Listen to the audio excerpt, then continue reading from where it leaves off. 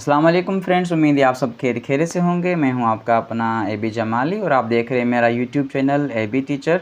आज हम बात करेंगे मिडिल स्कूल इंग्लिश ग्रामर जो कि रेनन मार्टिन की लिखी हुई है।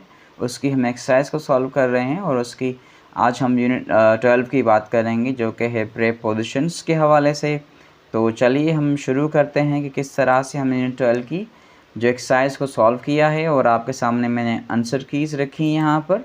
हमारे पास यूनिट 12 है, प्रीपोजिशंस जो है वो हमारा टॉपिक है इसका।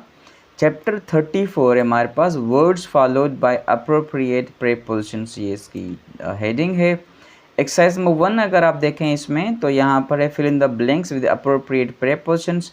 मैंने प्रीपोजिशंस ऐड कर दिए हैं आपके लिए, आप देखिएगा। जैसे कि मैं सेंटेंसेस को रीड आउट करता हूँ आपके लिए, आप देख लीजिएगा। No doubt he has achieved much but I can not give him the credit for all he boasts of. तो फॉर एंड ऑफ को हमने लगाया यहाँ पर। उसके बाद the despotism of custom is everywhere the standing hindrance to humanity में यहाँ पर हमने टू को इस्तेमाल किया है। देन हमारे पास he is indebted to his friend for a large sum, तो यहाँ पर टू एंड फॉर को लगाएंगे हम।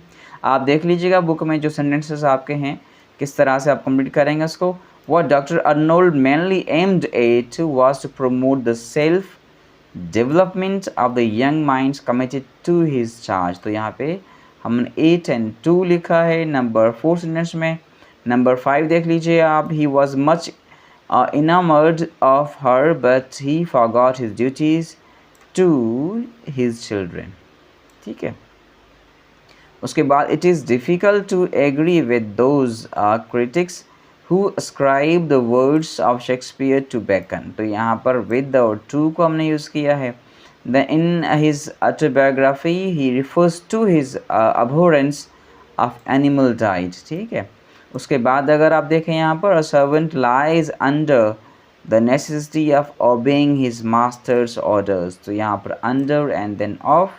लास्ट में हमने 9th नंबर अगर आप देखें, Nusrat Fateh Ali Khan was known for his skill in music and song। He was equally proficient in the allied art of poetry। तो यहाँ पर in और for को यूज़ किया हमने।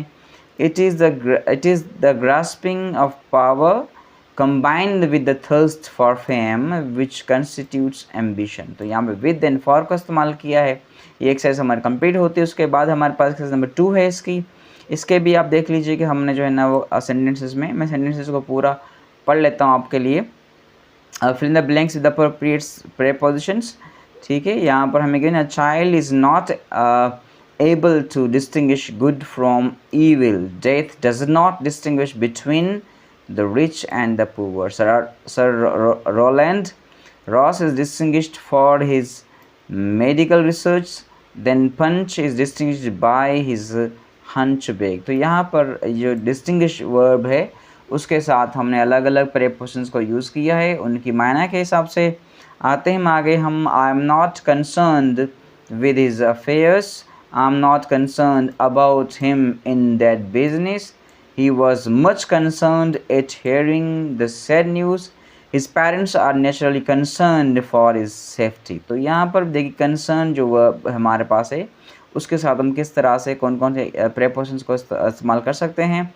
उसके बाद हमारे पास है on account of his age he is disqualified from competing, ill health disqualifies the body for labour and the mind for study.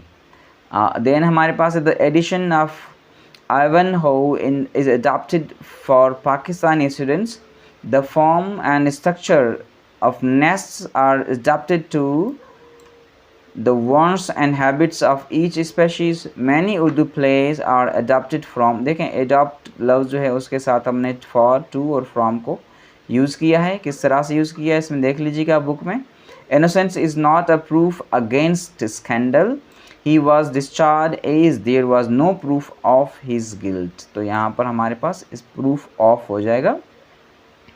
And then यहाँ पर है true charity does not consist in indiscriminate alms, giving brass consists of copper and zinc। तो यहाँ पर हमारे पास of and in है।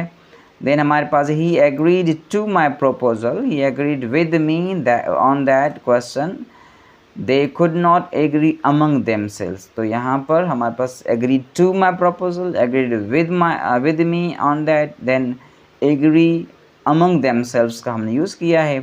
He invested his patrimony in jute shares, the police commissioner is invested with magisterial powers. तो इस तरह से हमने इसकी जो सेकेंड एक्सरसाइज इसको भी कंप्लीट कर लिया है। इसमें सिर्फ हमने आंसर की को डिस्कस करना था, जो हमने मिडिल स्कूल इंग्लिश ग्रामर की जो बुक को हमने शुरू किया है आपके लिए, इसमें सिर्फ और सिर्फ आंसर की को हम डिस्कस करेंगे, जिसमें हमने कोई एक्सप्लेनेशंस जो है वो लेसन्स की नहीं पढ़ी, ना समझी हैं। साथ साथ मैंने रेमन मफ़ी की जो किताब है इंग्लिश ग्रामर एंड यूज़, उसकी मैं एक्सप्लेनेशंस भी दे रहा हूँ, साथ में उसके एक्सरसाइज का भी हम डिस्कस कर रहे हैं। तो आप अगर इंटरेस्टेड हों तो आप मेरी उन वीडियोस को भी देख लीजिएगा। ये मिडिल स्कूल इंग्लिश ग्रामर की सिर्फ आंसर की मैं शेयर कर रहा हूँ आप सबके साथ। आप सबका बहुत बहुत शुक्रिया। अल्लाह हाफिज़।